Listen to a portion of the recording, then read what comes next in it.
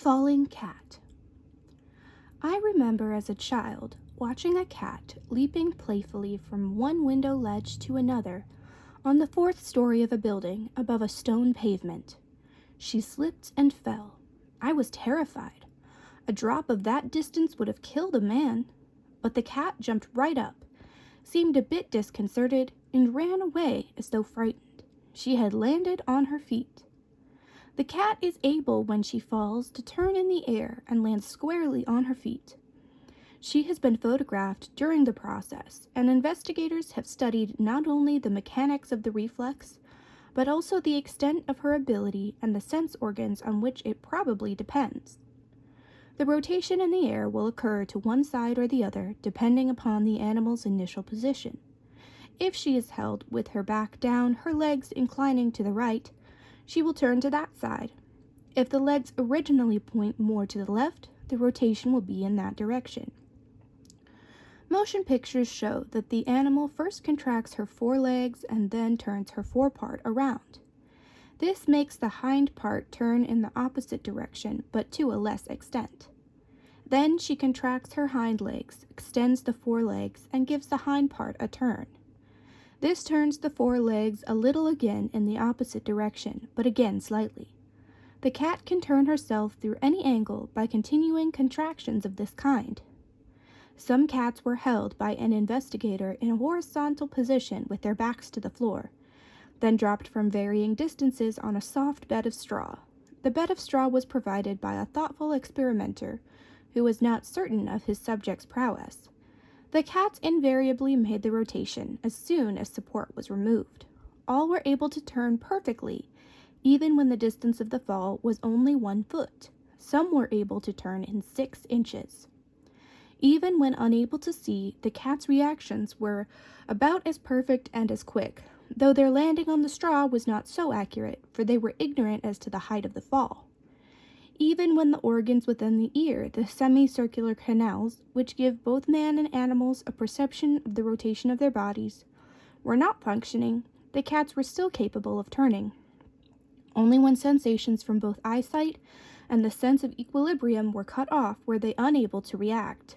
Probably the normal cat depends both on vision and the sense of equilibrium for her cues in performing the falling reflex. It seems also probable that the turning depends on the presence of consciousness and that the unconscious animal does not so react. Georgina Stickland Gates, The Modern Cat, Her Mind and Manners.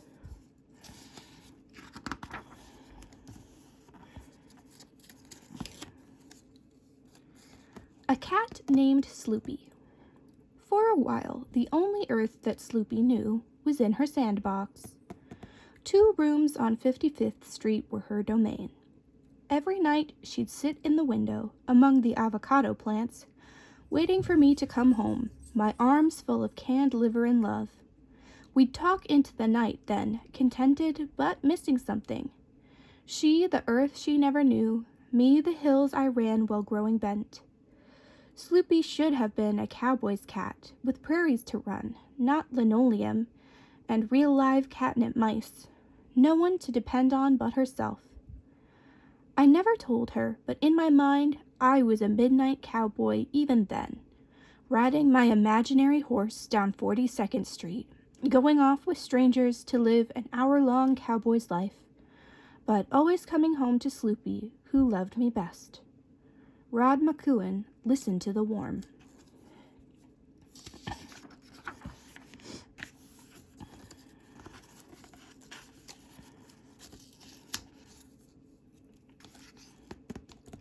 Cats train their kittens.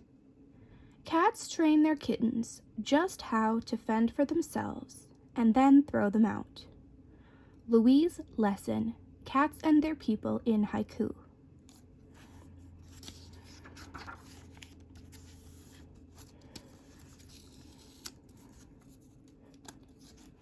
Jawing the cat.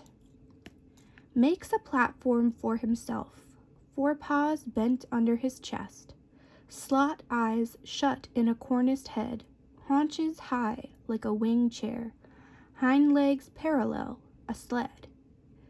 As if on water low afloat, like a wooden duck, a bundle not apt to be tipped, so symmetrized. On hidden keel of tail he rides, squat, arrested, glazed. Lying flat, a violin, hips are splayed, head and chin, sunk on paws, stem straight out, from the arched root at the cleft curve of the thighs.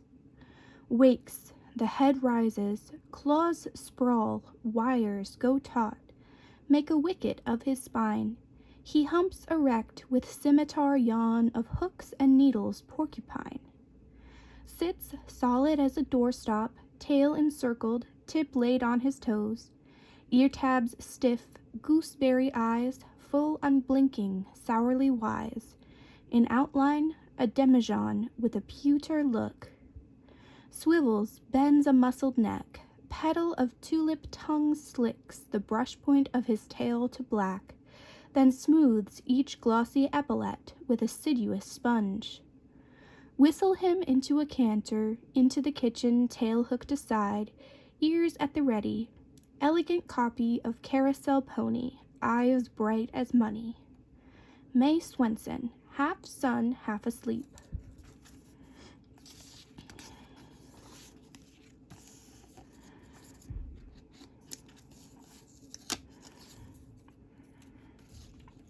Cats.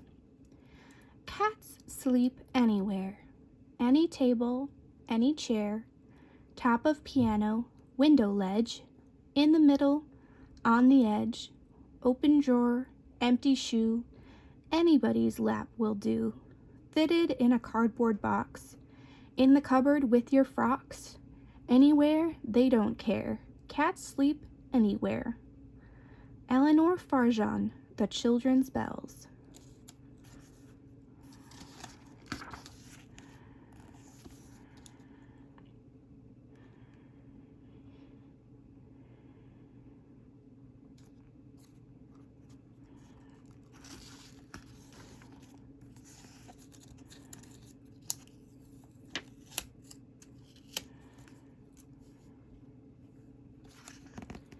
Verses on a cat. A cat in distress, nothing more nor less. Good folks, I must faithfully tell ye, as I am a sinner, it waits for some dinner to stuff out its own little belly. You would not easily guess all the modes of distress which torture the tenants of earth, and the various evils which, like so many devils, attend the poor souls from their birth. Some a living require, and others desire an old fellow out of the way.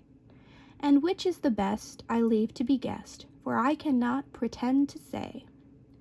One wants society, another variety, others a tranquil life.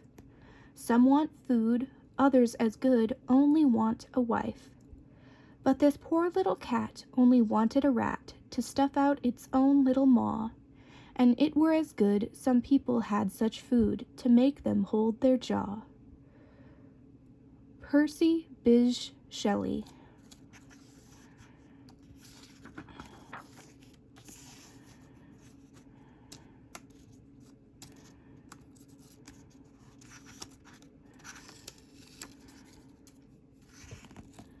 The hypocrisy of cats? The hypocrisy of cats? This is more than anthropological slander. It is calumny, current just because our judgment too often requires forced demonstrations. But the cat is utterly sincere. In cats, said Louis Pergaud, who was well acquainted with the species, a straightening of the eyebrows, a laying back of the ears, the bristling of the whiskers or puckering of the nose, an imperceptible wrinkling of the lip, the extending or contraction of the eyelid, the lashing of the tail, and certain ways of hunching up and putting their weight on one paw, are precursory signs of the storm, and are scarcely ever misleading. How better could they send out a warning? They could hardly use words more eloquently to express their anger. A hypocrite is someone who smiles, flatters, and detests you, protesting his friendship the better to betray you afterward. Perhaps you may prefer to the cat's way the crafty air with which certain watchdogs will approach you on the sly and seize hold of your coat-tails if you make the least move away. When the cat explodes in a fury, there is thunder and lightning at once, the light of murder in his eyes, and it is impossible to suppress or calm the storm. In fact, one's obstinacy or clumsiness in trying to abate it will often aggravate it. Surely this is anything but hypocritical. It is a faithful, accurate explanation of the explosive behavior of an animal who is incapable of hiding his feelings and who can never be brought to suppress them. Fernand, Mery, Her Majesty, the cat.